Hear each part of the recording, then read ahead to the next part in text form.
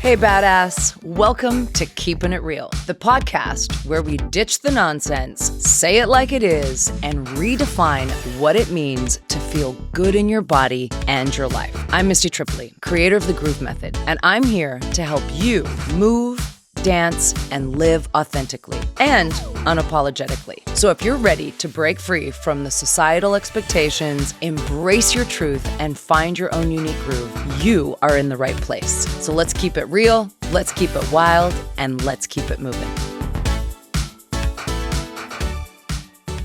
Keeping It Real, episode 4 in the series on going from the darkness into the light.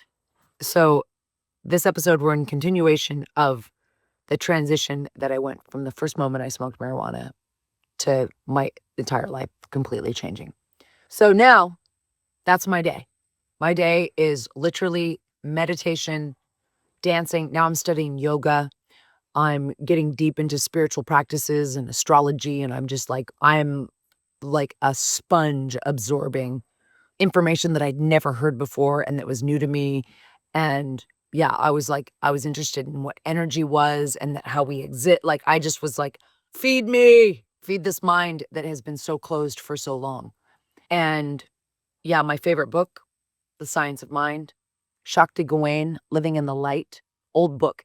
And this was what was really cool about that book, is that I went to my first metaphysical bookstore and I was walking, I was just like, let's see, I don't know what, but I know now I'm questioning. Now I'm so interested in spirit and what other information is out there. So I'm walking down the aisle of this bookstore and this book falls off the shelf right in front of me. And it was Shakti Gawain, Living in the Light. Look it up. Boy, and the questions she asks in this, that was my first, before Science of the Mind.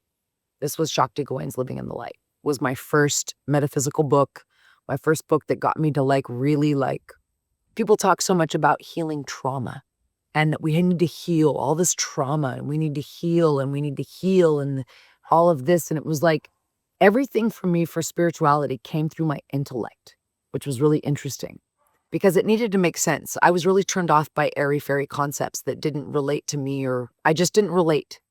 I needed things to make sense and be practical, because I had believed in things that I didn't choose to believe in that were concepts and I was like, no, everything needs to fucking make sense to me. And so a lot of stuff that was out there with this metaphysical stuff was quite airy-fairy to me. And I was just like, I don't relate to that shit. Actually, it turns me off. What I have is when I sit in stillness and I go inside or I'm dancing and I'm in myself, there's none of that. What they're saying, none of that is even for me, it's just a pure connection to source. And all of this other stuff was just this is pretty logical. When you're creative and you're authentic and you're moving your body, your actual temple, of course you're going to plug in like a fucking light switch. You're turning that bulb in and on, and that's the key to ignite and open and enlighten you when you're in your temple, this vehicle that whatever gave you, whatever created it, it allows you to be in, and you're moving it creatively and authentically. And the music is there's a God is fucking music and a DJ. That what music does to our bodies, and it just gets yeah, it made sense. It was everything's frequency and vibration. Music is frequency, and it can also it all just logically made sense to me. It wasn't an airy-fairy concept. So all this airy-fairy stuff was turning me off. But what made sense to me was I was like, I don't like looking at myself like I'm broken or that there's something that needs to be fixed. That was the problem before, is that I was my whole life needed to be fixed. But when I actually when I awoke and I understood that the God is in me, is part of me, I am divine, I am amazing, and I was able to connect to that. For me, it was through marijuana and dance. It allowed me to make that connection. For me, the airy-fairy stuff didn't really resonate. It turned me off because I couldn't relate to it. It wasn't practical to me. I couldn't apply it to my daily life. And I needed something that was practical, and things needed to make sense to me. I became really aware, this whole movement of people that are you have to heal and healing the traumas and we're also traumatized. Yeah, we are. Like, to varying degrees, we've all been traumatized in some form. And we have to heal the wounds of our ancestors and all of this. And I just started to go, how the fuck do you do that?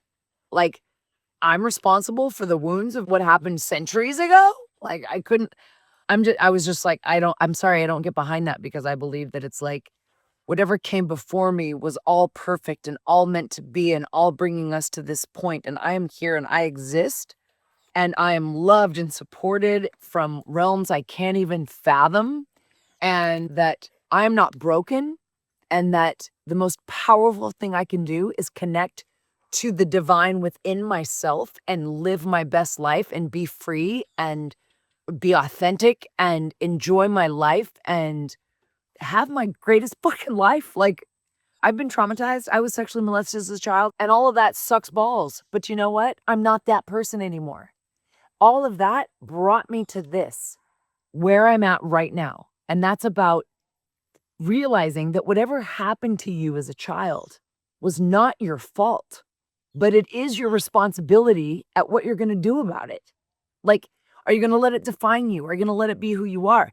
Like, you can rewire. Your brain is so malleable. Like, you can like fucking remold that shit and create any kind of life you want for yourself.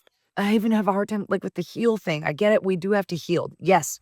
But me is like, my logical brain is just like, it's not even bypassing. It's just going, I understand reality, like the third dimensional reality, what exists in this third dimension and what's possible and the shit that goes down and the wonderful things that happen and all of it. It's just like, it's a fucking dimension. And that whatever energy is, E equals MC squared, motherfuckers.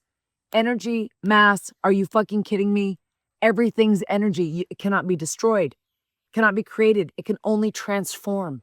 So when you realize that you are fucking energy, you're a fucking battery, electromagnetic battery, that shit, when your physical body goes bye-bye and the body starts to decay, it's because your energy has left the building. Bye-bye. Energy's gone. Where did it go? It cannot be destroyed. It's just transformed into something else. And so when you start to understand that, you realize that you have the power in your mind to believe whatever the fuck you want. Like, when people understand how powerful they are. And so, yeah, airy-fairy stuff didn't make sense to me. Logic made sense to me. And that's how I was able to just pull myself and flip the script and do things completely different and be like, I'm the boss of me. I manage my mind. I rule this world. I am not going to let what the fuck's going on out there actually rule my life. The stories, the narratives, the people's drama, all of this shit, I just was like, no mas, no fucking mas. Like, I don't have to. I can do whatever the fuck I want to do. And so can you. So if you want to continue with this story, join me for the final. Maybe not the final. There might be another one after that. But join me for episode 5, and we'll continue this little journey into fucking awakening. And hopefully it's kicking you in the motherfucking ass so that you get out of the whatever cycle, whatever it is that you're doing, whatever it is that you feel like you're imprisoned in, and you get the fuck out. Okay? And you want to know a really like fun express way to do that? Fucking get your groove on. Move, get into your body, get out of your mind, get into the body and see what's there. All right, fierce ones, that's a wrap for today. Thanks for keeping it real and grooving with me. If you're loving this vibe, be sure to subscribe, share, and leave a review so that we can keep this movement alive. Remember, this journey is all about you. You owning your own truth, trusting your instincts, and living boldly. Stay true, stay wild, and most importantly, keep being unapologetically you. So until next time, let's keep it real.